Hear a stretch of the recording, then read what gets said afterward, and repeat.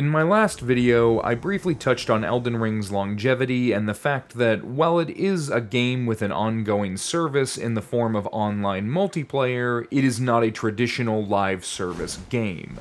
The main distinction is that Elden Ring has no way to continuously monetize the product, as a live service model would suggest. And generally speaking, I would say that's a good thing. Microtransactions and games-as-a-service models tend to get in the way of more sincere game design elements. Why hide an interesting item in a secret location that the player has to engage with the level design and obstacles to find, when you could sell it for a couple bucks via an ad on the game's main menu? The incentive to sell, and sell as frequently as possible, is counter to the reward systems that have defined challenge in games.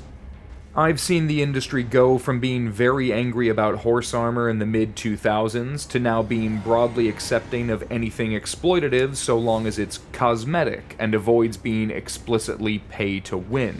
Just don't buy it is suddenly the go-to defense for a much more fundamental design decision, and it feels like there's no going back. Devs gotta get paid after all. And while I don't want to get too into the weeds about the cultural acceptance of microtransactions, at least not in this video, I do want to establish that FromSoftware has gone uniquely against the grain in this regard. Their design philosophy, specifically regarding Souls games, has always been that the game is what matters and any effort to sell it piecemeal would devalue the experience. And across the board, they're right. The fact that for $100, you get both Elden Ring and Shadow of the Erdtree is a pretty impressive value proposition. That's a lot of game time and, if you're brave enough to venture into multiplayer, a potentially limitless time, however frustrating. Compare that to a game like Diablo 4, where seasonal content and battle passes that control your rate of progress are their bread and butter. The game you buy is simply the cost of entry. To get everything on the menu, you'll pay many times over for the privilege. This is the typical dichotomy of the gaming industry. Games that either grant a finite experience for a single price, or continue to charge for an ongoing one. Which is better is going to be a matter of personal preference, though I would say Souls games fall uncomfortably between the two. The experience is paid for upfront, absolutely. But because the games have a multiplayer component, the service continues in a very similar way to live service games. And live service games have a very real advantage. They keep their players. When I declared Elden Ring over, I didn't mean you can't play it anymore. I'll allow it. I meant we're past the point of impactful content updates, which is inevitably the case for any game that is paid for up front. A time comes when it's no longer economical to continue updating the title, and, barring additional content, eventually it makes sense for a game to be finalized.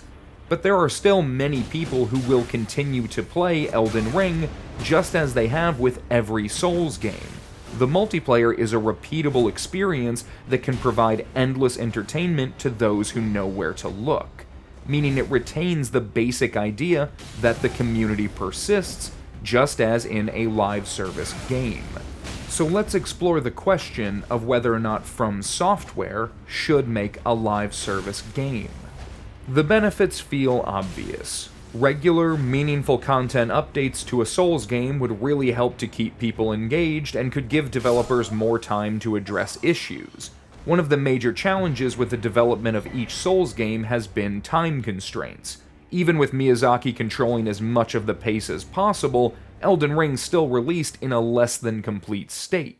Some things are arguably only really addressable once the game has been released, such as multiplayer adjustments or specific balancing, but that doesn't mean Elden Ring couldn't have used more time.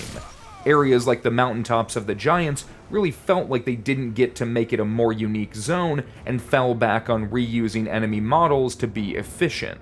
It may or may not have lore implications, but when I arrived, I was beyond irritated that every single enemy up there was a reskin of the most obnoxious enemies from the rest of the game. And the same is likely true of how many enemies switched positions between the 1.0 and Day 1 patch versions of the game.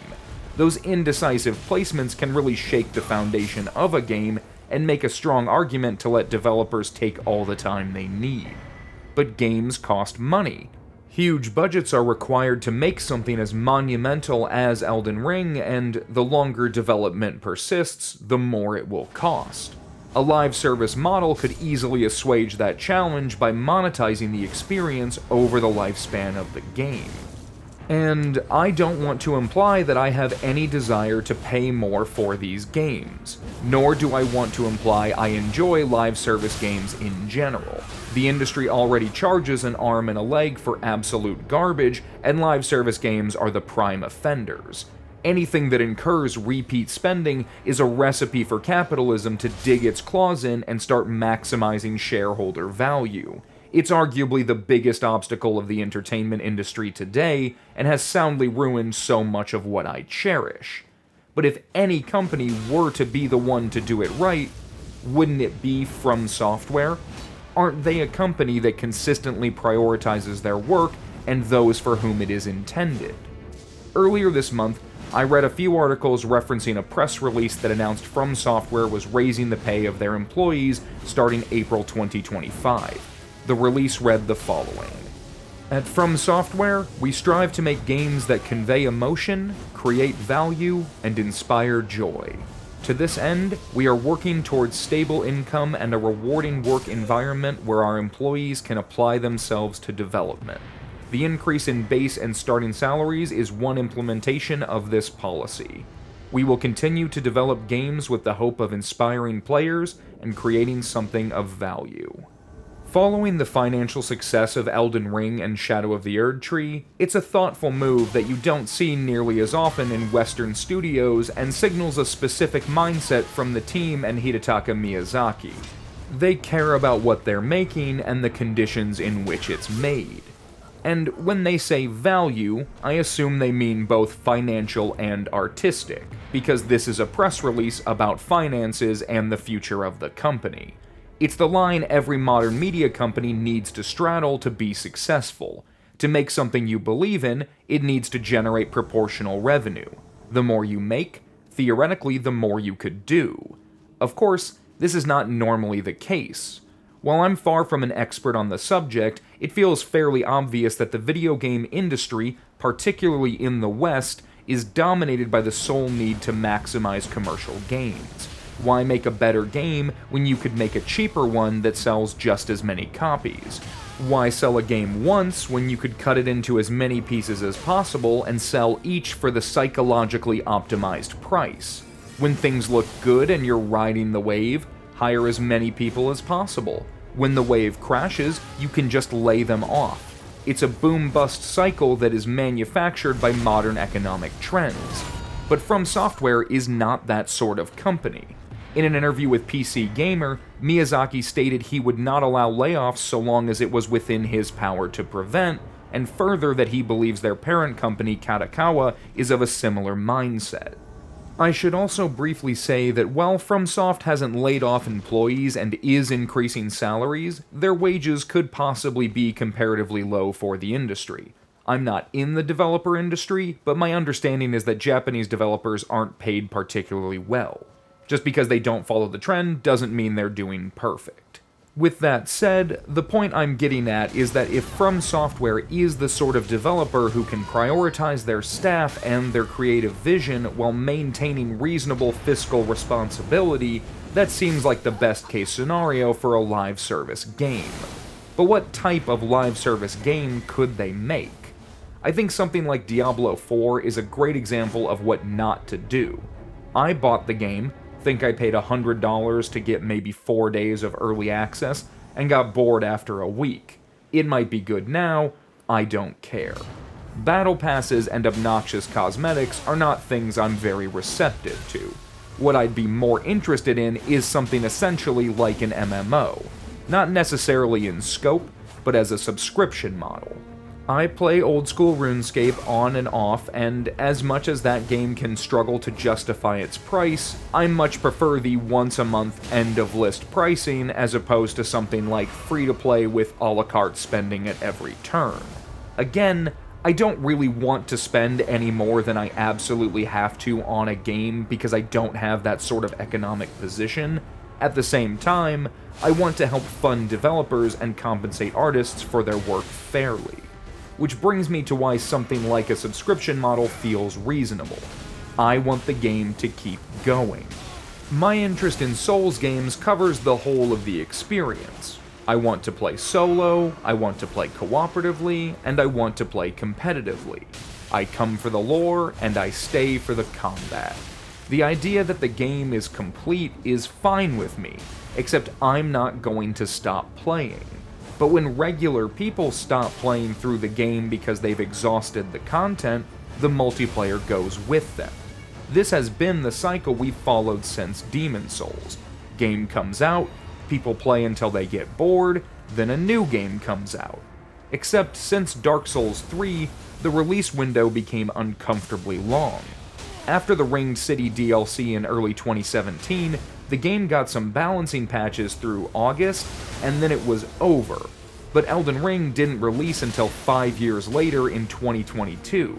Sure, Sekiro came out in 2019, but that wasn't a replacement for a Souls game. And that 5-year gap took its toll.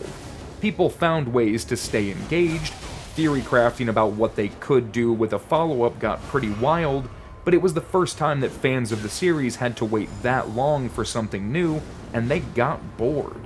I felt it was pretty miraculous the community held on as long as it did, but it's not actually all that surprising. As I've said before, there is no replacement for a true Souls game. It's not like they had anywhere else to go. But that considerable wait put a pretty heavy burden of expectation on Elden Ring. When it brought us some of the least enticing multiplayer to date, I think a lot of people were just done. I'm sure many of you are part of that affected audience, but for anyone who isn't, the sheer frustration of waiting 5 years for a replacement to your favorite gaming experience, only to have it degrade what you loved about it, is a feeling I hope you never experience. And that's exactly the sort of issue that one-off releases are going to be vulnerable to.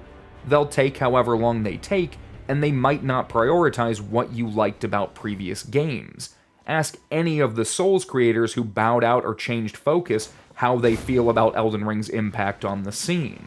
So a potential remedy to that sort of hit-or-miss release is to have a release that is ongoing and receptive to change, a game that is defined by community engagement and receptive to feedback, that can grow and evolve alongside the players.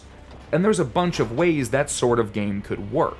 I'm personally in the camp of wanting larger faction-based battles that take Covenants to a logical next step. I want invasions to work on a larger scale, where I can actually play with some friends while interacting with the greater game world without just mindlessly ganking. I'd love to try an open-world battle royale hosted on dedicated servers where the fight never truly ends. Anything that gives me more reasons to engage with the only combat system I like. The problems with Souls multiplayer have always centered around their balancing, bad peer-to-peer networking, and barriers to engagement. A live service model could fix all of those things by the simple virtue of being reliably funded with that design in mind. I know some of you are probably thinking that if FromSoftware can't handle even basic latency and performance issues, how could they ever manage to scale those problems? And you might be right. FromSoft has never excelled on a technical level. I just accept that my game is going to never run above 60 FPS and have major stuttering issues constantly with no apparent cause regardless of my hardware. They're serious issues that From has managed to get away with by making their games so untouchable. It doesn't matter how dated their graphics are or how cheap all the stock asset use is, or even how technically troubled they might be, so long as they make something compelling. Even if Elden Ring isn't your thing, it's been a staple of every game they've released. But again, designing a product for a long-term life cycle changes specifically those sorts of problems. If anything, it tends to put too much focus on performance and engagement and not enough into creativity. And that's where I see the biggest obstacle with FromSoft making something like a live service game. They probably aren't interested. It's a lot of work, and it can pay the bills, but if it's not the sort of game they want to make, then it's meaningless. But if there were enough people on staff that did want something like this, that truly care about the long-term health of the game and want to prioritize multiplayer, they could make something great. And their impact on the industry should not be underestimated. FromSoft single-handedly changed the way I thought about dungeon crawling, RPGs, and multiplayer. From nothing, they conjured worlds that appealed to instincts I didn't know I had. If they can create an experience that I have yet to get enough of, I can only imagine what they could do with a long-form model.